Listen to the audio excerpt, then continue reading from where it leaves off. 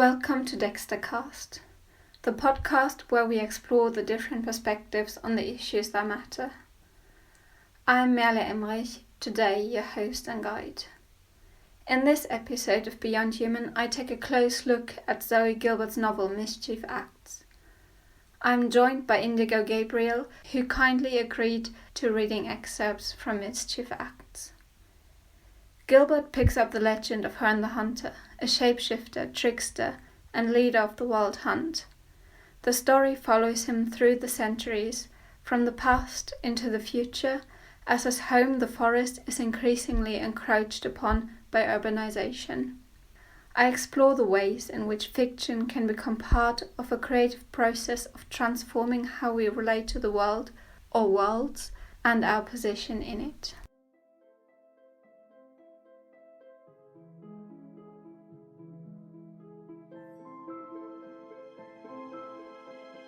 Today we're looking at the horned god, that stag's head in all our minds. Indelible, innate. Whatever nonsense you think of him, he's our example. And I promise you that once you know the marmoration is made up of individual starlings, it doesn't fall apart or disappear. In fact, it's more marvelous than ever.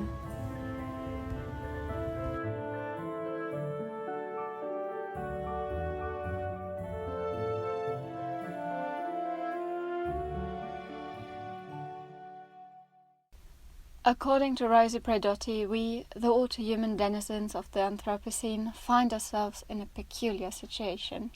We are in a time of transition between industrial revolution and mass extinction. Our taken for granted modernist ways of thinking about the world and ourselves tumble into crisis. Enlightenment thinking, ideas of progress and reason, have shaped Western thought, leaving little room for other traditions of thought. The separation of culture and nature is considered universal and self-evident.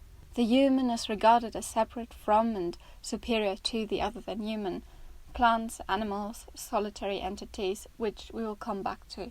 Yet, in a time of ecological crisis, rapid technological advancement, and a general feeling of a societal burnout, these notions begin to seem less self-evident. We can pick up on this realization in Herne's ironic words spoken in 1936.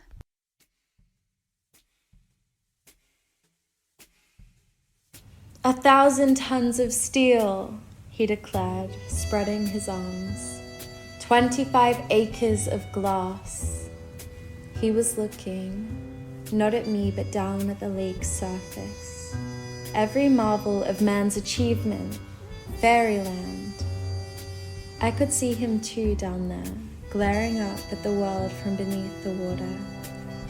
Spectacle, glamour, obedient magic. Come to the Crystal Palace and be enchanted. For what could be more enthralling than things that men have made?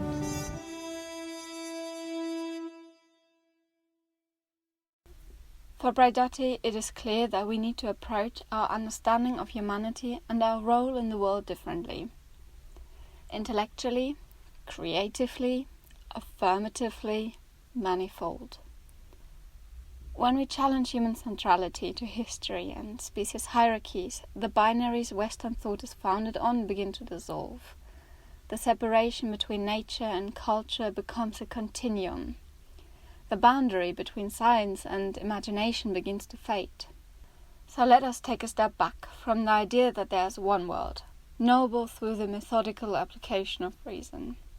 Let us acknowledge the possibility of multiple worlds that are not only knowable but enacted, performed, transformed.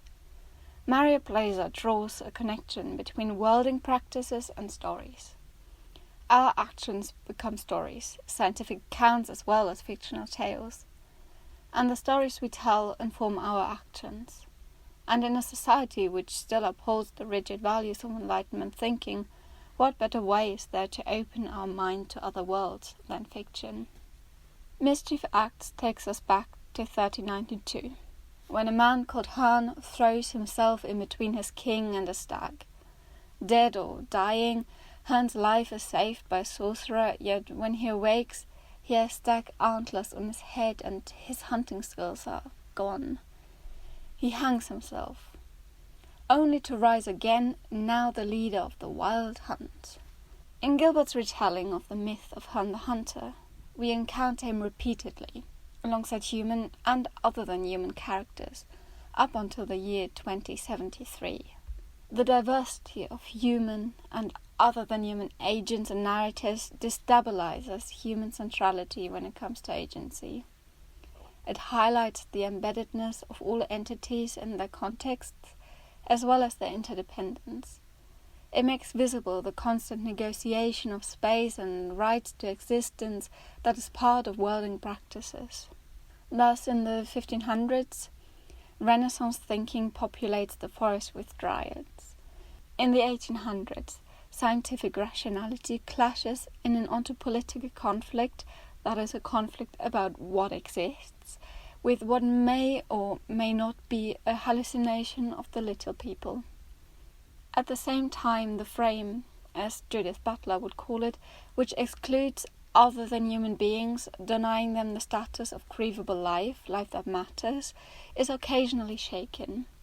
Throughout the centuries, the historical scheme of what is knowable, that is, the intelligibility of Herne, fluctuates. At times he almost vanishes, but then reappears. And while in these latter moments he is recognizable, he is not always recognized. In 1968, for instance, a woman named Carla apprehends him while high on LSD, yet he remains vague, unrecognized, ungrievable, until someone else comes along, recognizes him, spells out what apprehension cannot put a finger on, and the frame breaks, only to reconfigure around a new image. Herne is man, Herne is beast, horned god, man, stag, odd child, girl. Herne is nightmare, dream, monster, psychopomp. Herne is elfin, demon, ancient myth. Herne is archetype, Herne is multiple. A flock of starlings, heron, hallucination, psychedelic vision, kin of alder, of the great north wood, mischief. Herne is what Martin Zawransky calls a solitary entity. That term refers predominantly to entities such as spirits and gods, entities that are part of non-Western worlds. Herne is a Western entity, and yet he presents a challenge to modern Western thought. While the base story of the hunter who sacrifices himself for his king appears logical from this perspective, reason can no longer grasp what happens next, as long as the story is taken literally and not as a representation of something else. Whether Herne is real, a hallucination, personification of the woods, or an archetype is up to us. Whichever one of these worlds we choose to act upon, it has consequences. Our understanding of Herne, our relation to him, is not representation. It is part of our worlding the world we perform and which exists alongside multiple other worlds. We can clearly see that in Gilbert's story. In 1500, the river Ephra causes Herne's exile, a conscious choice based on her understanding of him as a threat to the forest. She later regrets her choice and contributes to worlding his restoration in 2073. Whether you believe that Watership's observation of the little people is a hallucination or not, the important point is, he thought it to be real. And because he performed a world in which there's space for Herne and other solitary entities, part of the Great North Wood, which was meant to be cut down, was saved.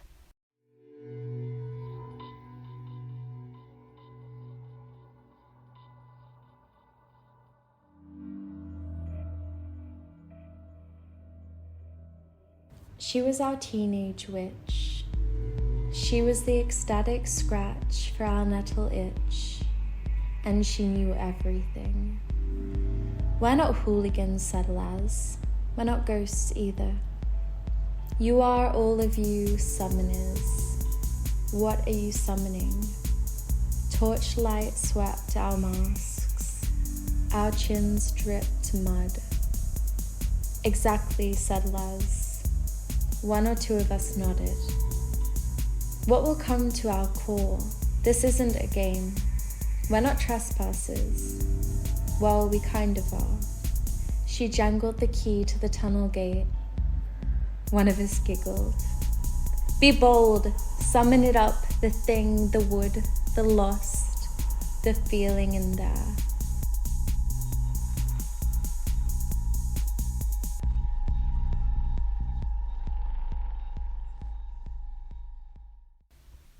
Mischief Acts follows the story of Herne the Hunter, singular and at the same time multiple. A flock of starlings making shapes, to borrow Gilbert's own imagery. Throughout this narrative, the boundary between the human and the other than human blurs. Human's role in the world is put into question. Reality and imagination become one and the same. We can still question whether Gilbert manages to overcome anthropocentrism, as her novel includes various anthropomorphic descriptions of the other than human. We can question whether it is at all possible to entirely overcome human-centered perspectives and language due to our situatedness in the world as human beings. Yet the novel still can be seen as a creative approach to rethinking humanness, to acknowledge our embeddedness and embodiedness in Earth and in the Anthropocene by making space for the other than human. If we leave our preconceived visions of the world aside and open our mind to accept the story for what it is, fiction becomes an exercise of imagination as we entertain the possibility that other realities may exist. It becomes a challenge to the modes of thinking we are used to and which have proven detrimental. As much as we can interpret Mischief Acts as representing different fictional worlds and their human and other than human inhabitants, or as standing symbolically for something else, the novel itself is more than a representation. It is part of a dynamic worlding process. In the upcoming episodes of Beyond Human, we will continue to explore literature, film and video games from posthumanist and ontopolitical perspectives. Next time, we will discuss the film Interview with a Vampire.